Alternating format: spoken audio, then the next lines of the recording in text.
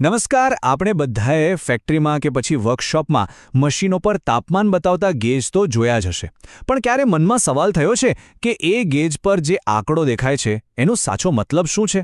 ચલો આજે આપણે એ જ સમજીએ કે તાપમાનનો એ નાનકડો આંકડો ખરેખર કેટલી મોટી વૈજ્ઞાનિક કહાની કહી રહ્યો છે. ધારો કે કોઈ મશીનના ગેજ પર 70 ડિગ્રી સેલ્સિયસ લખેલું છે. હા, આપણને એ તો ખબર પડી જ જાય કે એ ગરમ છે, પણ આ 70નો આંકડો શું છે? એ માત્ર ગરમ કે ઠંડુ હોવાનો અહેસાસ નથી, એની પાછળ તો આખું વિજ્ઞાન છુપાયેલું છે. જાણવું છે કે એ શું છે? તો ચાલો તાપમાનની સાચી ઓળખાણ કરીએ. જુઓ, તાપમાન એટલે કોઈ વસ્તુને અડવાથી થતી ગરમી કે ઠંડીની લાગણી કરતાં ઘણું વધારે છે. એની અસલી વાર્તા તો પદાર્થની અંદર રહેલા એના નાનામાં નાના અદૃશ્ય અણુઓની દુનિયામાં છુપાયેલી છે. વિજ્ઞાનની ભાષામાં કહીએ તો તાપમાન એટલે કોઈપણ પદાર્થની અંદર જે લાખો કરોડો અણુઓ છે એમની ગતિ ઊર્જાનું માપ.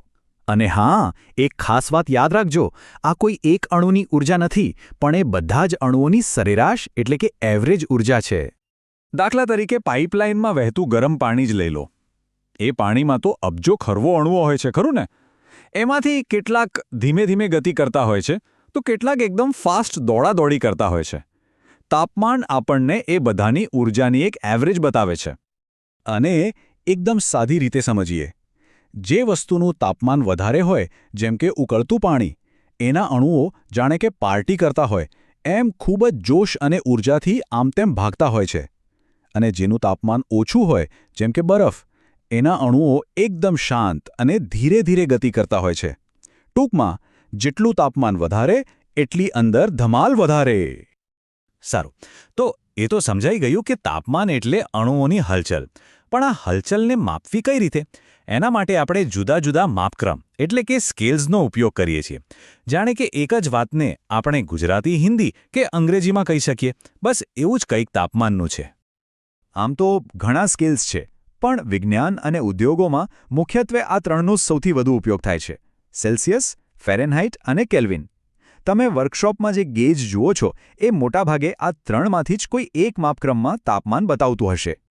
અહીંયા જુઓ, પાણી 0 ડિગ્રી સેલ્સિયસ પર બરફ બને છે અને 100 ડિગ્રી પર ઉકળવા માંડે છે.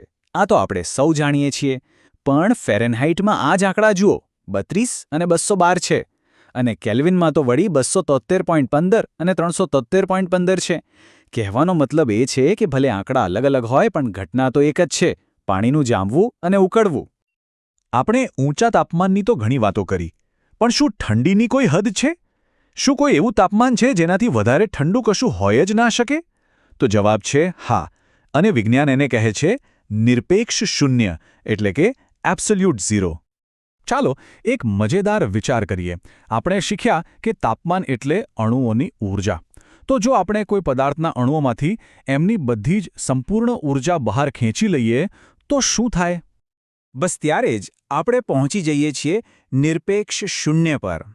આ એ તાપમાન છે જેને કેલ્વિન સ્કેલ પર 0K કહેવામાં આવે છે.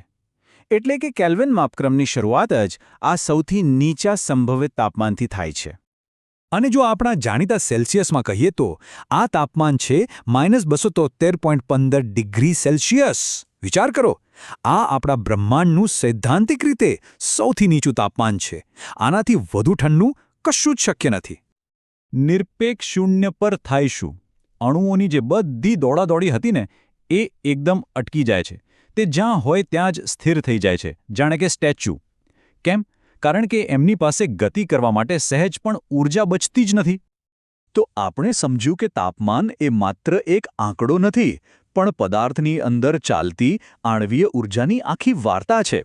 પણ હવે સવાલ એ છે કે આ જાણકારી આપણા વ્યવહારમાં, આપણા કામમાં ક્યાં ઉપયોગી થાય? આ એક વાક્ય આજના આપણા આખા વિષયનો સાર છે. હવે પછી જ્યારે પણ કોઈ ગેજ પર તાપમાનનો આંકડો જુઓ, ત્યારે યાદ રાખજો કે તમે ખરેખર અબજો અણુઓની ઊર્જાનું સ્તર જોઈ રહ્યા છો.